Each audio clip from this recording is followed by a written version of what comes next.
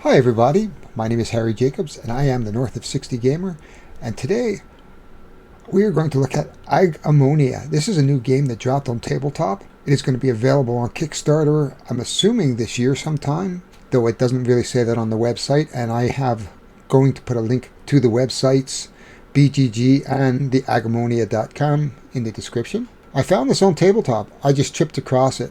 It has been covered by Grogan. I am not going to go into a big depth here. I'm going to go quickly over the rules. I'm going to play a few rounds. I'm going to avoid spoilers, so I'm not going to do a lot of reading of the cards. We'll show them, we'll do the actions, but I'm not going to read the flavor text because I don't want to spoil it for you. I want you to go over to Tabletopia and have a look for yourselves. This game, the rules are well done because Grogan did them. The rules ease you into the game through 2 tutorials that are on Tabletopia, and it reminds me of the Legends of Andor. I'm excited for this. I think this is going to be a sleeper hit. When it hits, it's going to fund. It's just a matter of what kind of deluxe components and things that are going to go into the box that are going to give you that value proposition. We don't know that yet because Kickstarter hasn't dropped, but for now, let's take a look at it on Tabletopia. So first, let's take a look at the board. This is a nice board. I kind of like the way it's laid out. You can see the first tutorial is the flooded inn, and you can see how it looks flooded. The board is divided up into spaces. It's not hexagonal like many games, and you will move your characters through the inn and the stables through the game. So a couple things to note. Up here is the initiative order. So in our maneuvers, and I'll show you that on the game board, they're color-coded, and starting with the red is going to be the first player, the blue and the green. Now we have 2 light blue players in this game. I just put them in a random order. Now let's look a little closer to the board because you can see how there are icons on here. So let's just bring it down a little bit here. And you can see there's a letter and a number underneath. The letter refers to a card, and then when we stop here or we're within range, in this case it's 0, and on top here is a 1. So if I move to here, my movement is interrupted. We don't stop movement, it's just interrupted. We will pull the H card and we will read that card. We may or may not do something, and then we'll put the card to the side and then move on. If the D card here says 1, that means if I get to this space here, which is within 1 space, we'll pull the D card and we'll read that. There'll be some flavor text and then perhaps a test that we might do. And you can see through the different through the rooms, there's doors. So there's nothing in this room. There's something here. There's something here, something here. And we'll just give a very slow look through the board. And you can see there's M, G. So there's a number of things that we're going to do here. So that's just the board itself. So we're going to move our characters on this board, and we're going to interact with those spaces. So here we're looking at one of the characters, Venya. She's going to be one of the characters we're playing. We can see we have 3 dice. These are the combat and test dice. You can see her abilities down here. She has 2 strength, 3 dexterity, and 2 willpower or mind power. This is her life. So life is represented some chips. I believe she has 7 life. And she will use this life perhaps to give her some extra test abilities, a +1 or a +2, because she can use them when she's rolling. And here is the maneuvers. So in this case, we're going to do the extra maneuver as recommended by the first tutorial. And in that movement, we're allowed to do basically 3 things. We're going to either move to, we're going to basically run, and we're going to spend a life, or we can focus. The focus maneuver will let us add +1 to a test. A test also takes up a maneuver. So basically what's going to happen is they're going to get 2 action points, if you want to think about it that way. And then on those action points, they can take one of these 3 actions or a test. The combat dice basically is hits. So there's a 1 and a 2 hit. Here is the dice that allows you to use your life, and you can spend 1 or 2 for a +1 or +2. And this one is an interesting one. This is a 1 success and a reroll. So you can take this dice again and you can re-roll it. So basically, when you test, you're just going to take your successes. This is the number of dice you roll. So in this case, if it's a dexterity test, then you will roll 3 dice, and the results will be a success or a failure. And then you're going to follow what the card says. That is as simple as this tutorial gets. So we're ready to now play the game. So we're going to go back up and we're going to do that. So let's start our first turn. Venya is going first because she is red, and red is at the top of that initiative track that we saw on the main board. The first thing we're going to do is we're going to actually use the run action to start to trigger some of these cards. We are limited in a 4-player game to just 4 turns. This is kept track with the fate cards. You can see the fate cards just to the top of the screen here. And at the end of every round, we're going to remove one of those fate cards. So let's start the first turn. We know that Venya is first, and here she is here. We're going to move to the first space. We have 3 movements. So here's our first movement.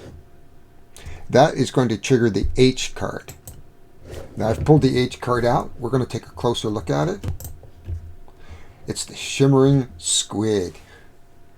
In the common room, the innkeeper is directing customers upstairs. The stout Carillion heartily welcomed you, but is now clearly fighting off panic. We're going to offer help. Now one of the main mechanics is flipping the card. So we're going to flip the card over. There's a bunch of text here. I am not going to read this text, but basically what it says is that we're in the middle of this room. The room is flooding. There's a bunch of things going on around here. We have to save some people and look for things. For our second move, we're going to move Venya to here. Now if we look at the D space, the D space is 1. So that means anything within a range of 1 is going to trigger that card. So we're going to go grab that card. We're going to take a closer look at it. It's the Mysterious Stranger. The Mysterious Stranger is a one-eyed person who has lost something in the stables. We're going to have to find the stables and look for his item. We're going to finish off next to the bar to take a look at that next space as we end the first turn for Venetia. It's a dangling chandelier. We cannot jump over the high bar, but above is a chandelier, the light of the candles glimmering in the flowing water. An athlete might be able to jump from the water, grab the chandelier, and swing their way forward. Flip the card. I'm going to flip the card. You may spend 1 movement point to test a dexterity 3. If you succeed, we'll be able to go anywhere around the B space. Now we have 1 movement point left, so let's go roll our dice and see if we can succeed here.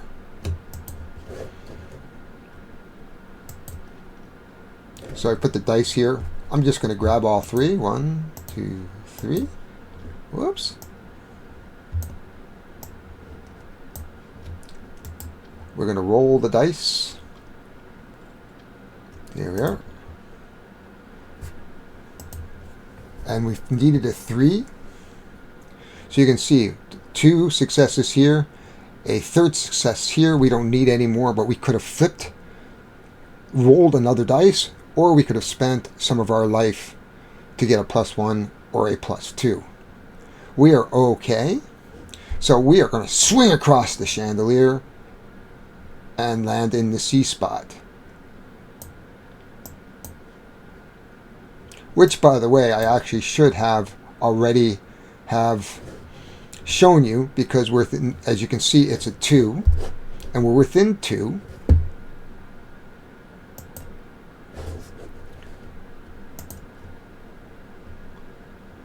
Stella needs saving. So we're going to take our dice, which we've already done, and we're going to go across the bar and try to save Stella. But we're out of movement points, so we're going to have to wait till the next turn. Here we are swinging across, and we will come back to Stella in a moment. So next up is going to be Lunera. We can see her extra maneuvers. So she can do 2 spaces. She can do 3 spaces at the cost of 2 stamina, and then that focus.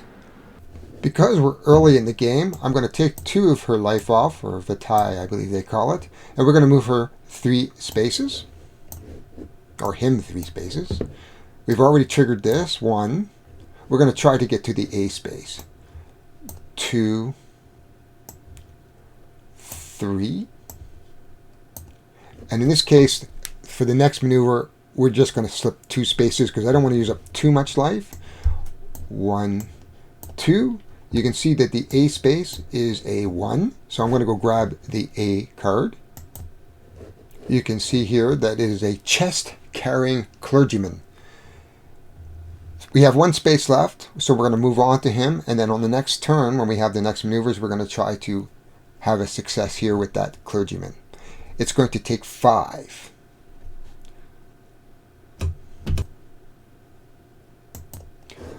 Next up is Subasai. You can see again the same maneuvers. 2 for nothing. You don't have to spend any life. 3, you have to spend 2 life. The focus.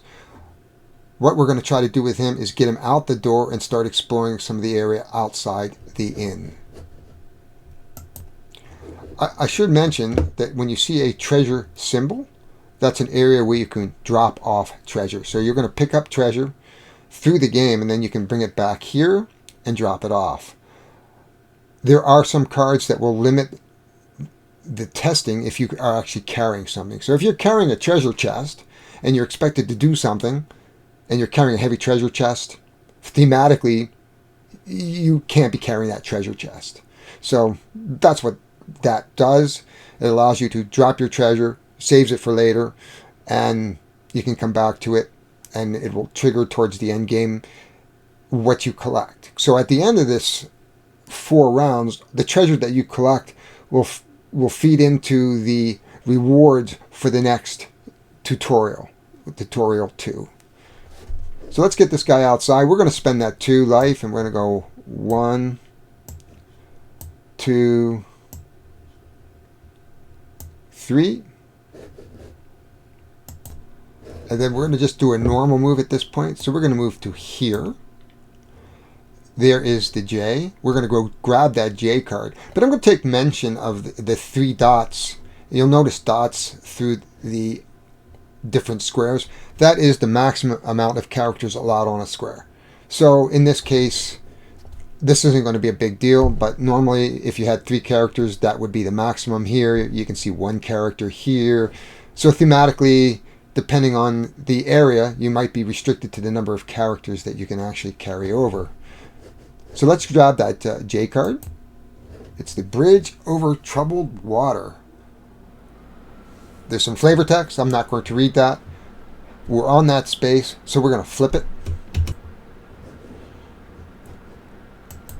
Lastly, we have Thorax. He's our big guy. You can see he is very strong, but his dexterity, his mind's okay, but he's slow. So we are going to spend the 1 stamina to move him. I want to move him towards this boat out here. So we're going to go 1, 2. And then what we're going to do is just move him 1 for now.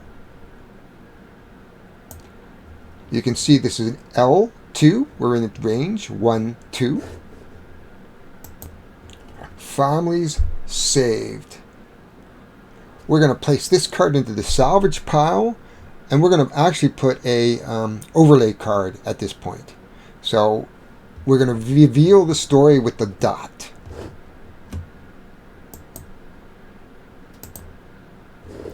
It's a little boat.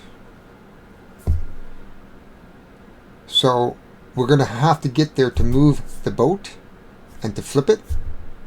So we're going to be looking to do that next turn.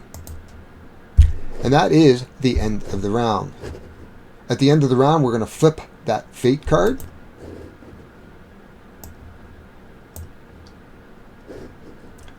And now we're on to the next round.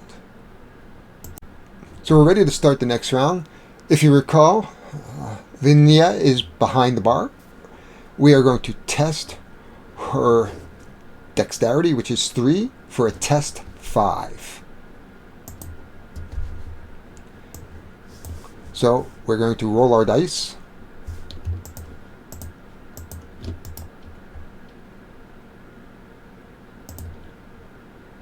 And 1, 2, 3, 4, 5. Hands down, we have helped Venya. Helped the girl in need. So we're going to flip that card. We are going to take this card. This is Fungus the Gree. Now we're going to put this board on our hero board. And if we move this hero to a treasure chest, we can put that card on that salvage pile. So we have found our first item. And you can see here I've put it under the board. We have one more maneuver left. We're going to move this. We're going to move Vanya. We're going to spend the 3 to start moving her out of the room.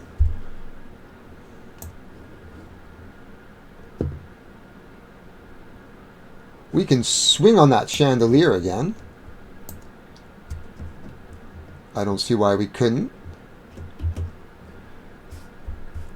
So we're going to spend our first point to 1, 2. I need 3.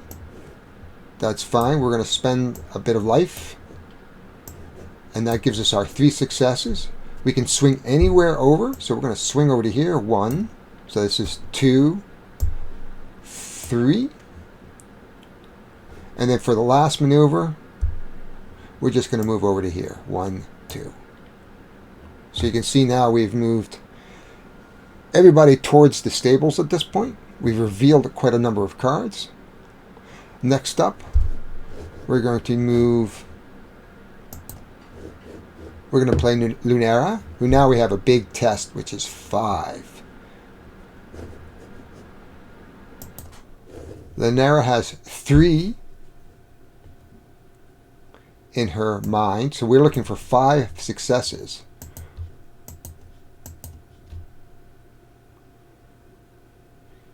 So I think what we're going to do is we're going to focus on our first maneuver, and then our second maneuver we're going to roll the dice.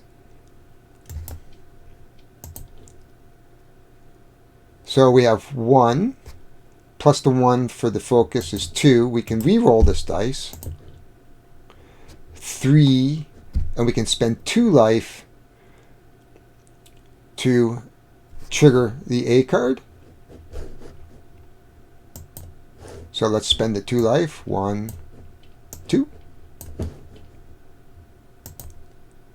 I have flipped the card. It's the chest of the 5th eye.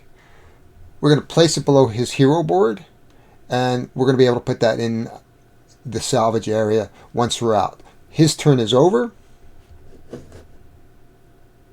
So we're going to move on. So we're going to move Torex. We're going to spend 1 of his stamina so we can move 2. 1, 2. And then we're going to spend a maneuver to flip it. You can see this is what they call an overlay card. So now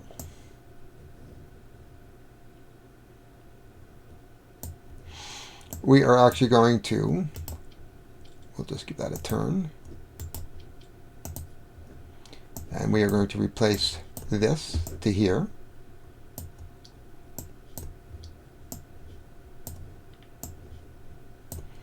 And now you can see we have another treasure chest, which is great,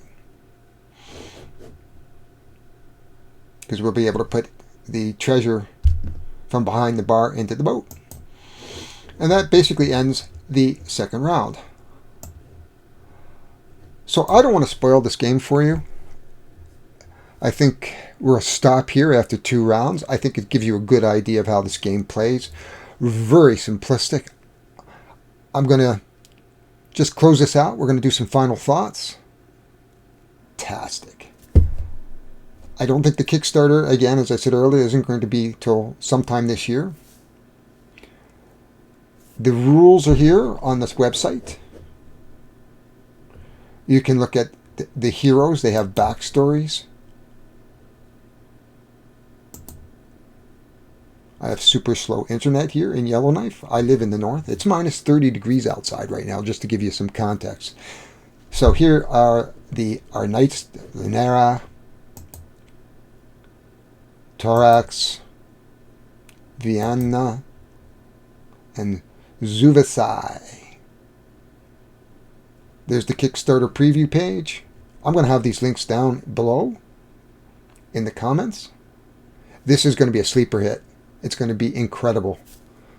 I think Paul Grogan has done an amazing job with the rules. He has some playthroughs, so I certainly encourage you to go over to Paul's site, and his tutorial and playthroughs are there. This is just a preview. I think that if they put some really good quality components in the box, I think this is going to be a game to buy and to add to your collection. So thanks very much. This is Harry Jacobs, North of 60 Gamer, here from Yellowknife, Northwest Territories, Canada, and I thank you, as well as any maneuver. Because we're early in the game,